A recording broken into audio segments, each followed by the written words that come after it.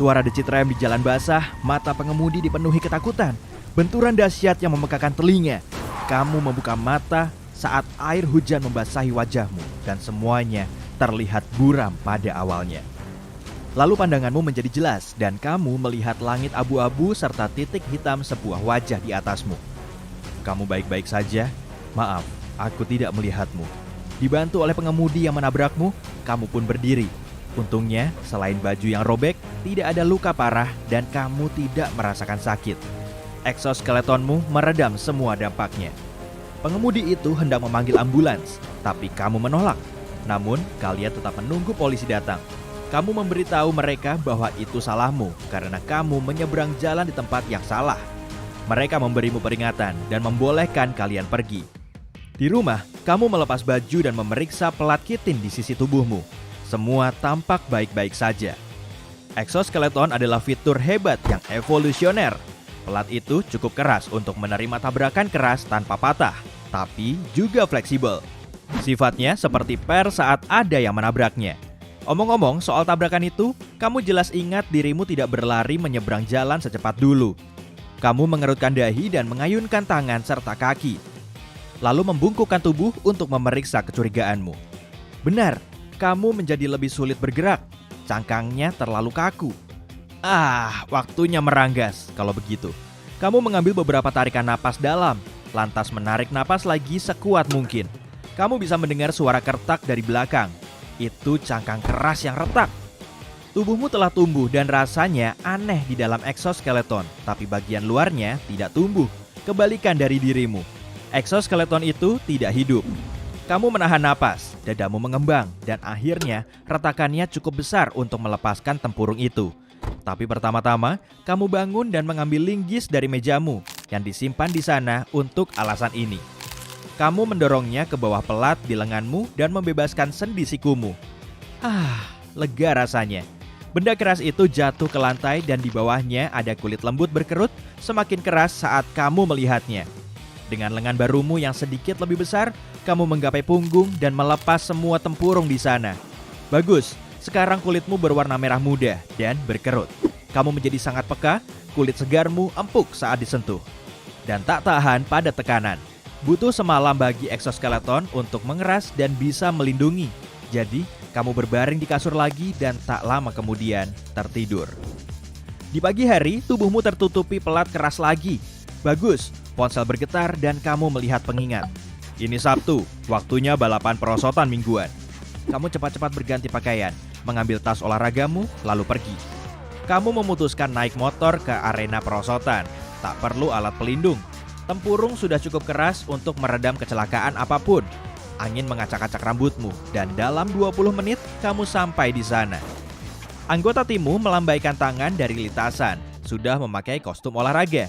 Hari ini kamu memutuskan untuk mencoba dan mengambil lintasan terpanjang dengan beberapa belokan tajam dan titik start tinggi. Kamu mulai lebih dulu. Kibasan angin langsung bertiup di wajahmu. Kecepatanmu semakin kencang. Belokan tajam pertama terlihat. Kamu meregangkan lengan ke samping untuk mengurangi kecepatan dan berbelok. Kamu berhasil. Tapi belokan kedua muncul terlalu cepat dan kamu terlambat bereaksi. Itu seperti terjadi dalam gerak lambat. Kamu mendekati belokan itu dengan kepala lebih dulu, mencoba keras untuk mengelak, tapi hanya berbelok sedikit. Lalu, kamu meluncur lurus ke jalur landai dan kamu melayang, terbang di atasnya. Lantai arena semakin dekat. Brak! Kamu berguling di rumput palsu sambil melindungi kepalamu dengan lengan. Kamu perlahan berdiri, meraba tubuhmu untuk mencari tanda retak di tempurung. Teman satu timmu datang dengan cemas. Kamu tampak baik-baik saja, tapi ada derak dan rasa sakit di samping saat kamu memutar tubuhmu ke sisi kiri. Kamu meminta maaf, lalu pergi ke rumah sakit terdekat. Dokter memeriksa tempurungmu dan menyuruhmu menjalani ronsen. Hasilnya, kamu melihat serpihan kecil di antara dua pelat yang menusuk jaringan halus di bawahnya. Di sanalah asal rasa sakit itu. Masalahnya, pelat yang keras dan fleksibel itu terhubung rapat ke otot dan jaringan lain di bawahnya. Jadi, jika ada yang menghalangi di antara pelat, benda itu benar-benar masuk ke tubuhmu. Dokter mengambil pinset dari mejanya dan mencabut serpihan dengan hati-hati. Kamu merasakan sakit yang tajam, lalu merasa lega. Kamu berterima kasih kepadanya dan sudah akan beranjak untuk pergi saat mendengar erangan dari balik tirai di belakang ruangan. Lalu, tirai itu tersingkap sedikit dan kamu melihat lengan manusia. Tapi itu terlihat aneh, seolah-olah tempurungnya lepas. Ada yang meranggas di sini. Kamu melihat dokter dengan terkejut, tapi dia tiba-tiba berdiri dan bergegas memintamu pergi. Kamu memutuskan untuk mencari tahu apa yang terjadi dan tetap di rumah sakit, diam-diam mengawasi ruang dokter. Pasien datang dan pergi, tapi saat waktunya makan siang, kamu melihat kesempatan. Dokter pergi dan lupa mengunci pintu. Kamu melihat sekeliling dan menyelinap masuk saat tak ada yang melihat. "Dok, itu dokter." Sebuah suara terdengar dari balik tirai. Gemetar ketakutan dan berantisipasi, kamu memegang tirai itu. Kamu pun menarik napas dan membukanya. Di baliknya, di sofa, terbaring seorang pria, perban menutupi sampai wajahnya, dengan hanya beberapa bagian tubuh yang terlihat lewat lapisan putih, dan bagian-bagian itu tak memiliki tanda bekas tempurung. Pria itu menatapmu dengan wajah kaget, lalu menekan tombol yang dia pegang di tangan kirinya. Tak lama kemudian, pintu terbuka dan dua orang kekar menyeretmu keluar dari ruangan. Lalu kamu merasakan tusukan di leher dan dunia menjadi gelap. Kamu bangun karena bunyi dan goncangan. Kamu mendengar suara-suara pelan dan membuka matamu sedikit. Lewat celah matamu, kamu sadar. Dirimu ada di dalam mobil dan tepat di depanmu duduk dokter yang tadi di rumah sakit. Tapi dia berbeda. Tangan dan lehernya memang tertutup tempurung, tapi wajahnya terlihat polos dan hidup. Dia tiba-tiba melihatmu dan matanya membelalak. Dia berteriak, "Hentikan mobilnya!" Lalu bergegas mengambil sesuatu dari bangku di sampingnya. Dia memakainya di wajah dan kamu melihat itu topeng tempurung.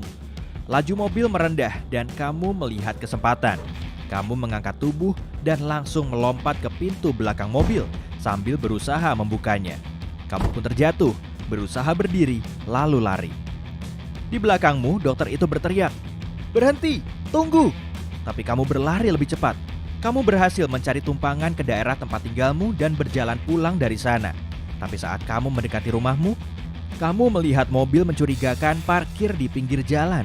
Dengan ketakutan, kamu sadar kamu telah memberikan semua detail ke rumah sakit saat mendaftar. Mereka tahu siapa kamu dan di mana rumahmu. Kamu berbalik untuk lari sebelum mereka sadar, tapi malah berpapasan dengan dokter palsu itu lagi. Kamu mundur perlahan, tapi ada dua pria besar mendekatimu dari mobil. Kamu melihat sekeliling dengan panik. Tapi dokter itu mengangkat tangannya dengan gestur damai dan mengajakmu bicara di dalam. Kamu sepertinya tak punya pilihan. Jadi, kalian berdua masuk ke rumahmu, meninggalkan kedua pria tadi di luar. Saat kalian duduk, dokter itu melepaskan topengnya lagi. Ternyata, dia lahir dengan anomali genetik. Kerangkanya tidak berada di luar tubuh, melainkan di dalam, dan strukturnya seperti tulang. Dia sering diejek saat kecil, dan anak-anak lain memanggilnya Mericurus. Jadi, dia mengambil tempurung tua dari orang tuanya dan menyesuaikannya agar muat di tubuhnya. Dia mengabdikan seumur hidupnya untuk mencari orang seperti dia, seraya menyembunyikan identitas aslinya dari orang lain. Tapi satu-satunya yang bisa dia temukan sejauh ini adalah pria yang kamu lihat di ruangannya. Dia mengalami kecelakaan mobil dan tempurung pinjamannya tidak menyelamatkannya dari luka. Lalu kamu datang. Setelah cerita itu, sang dokter meminta maaf atas sikapnya tadi dan bertanya apa kamu mau ikut serta dalam eksperimen barunya. Dia ingin memberi kesempatan bagi dirinya, pria itu, dan orang lain seperti mereka untuk hidup normal di masyarakat, dan untuk itu, dia butuh bagian tempurung yang belum terlepas. Eksperimen itu aman, dia menjaminnya. Cangkangmu akan tumbuh kembali seperti biasanya. Setelah memikirkannya sebentar, kamu setuju. Dia tersenyum dan berterima kasih. Kamu pergi ke laboratorium yang Mary sewa dan berbaring di meja atas perintahnya. Kamu melihat Jake, pria yang ada di ruangannya tadi, di meja di dekatmu, tak sadarkan diri. Dokter berkata akan memberimu obat bius menyeluruh dan membuatmu tak sadarkan diri untuk mengambil sampel tempurungmu. Kamu mengangguk, lalu dia menyuntikkan obat.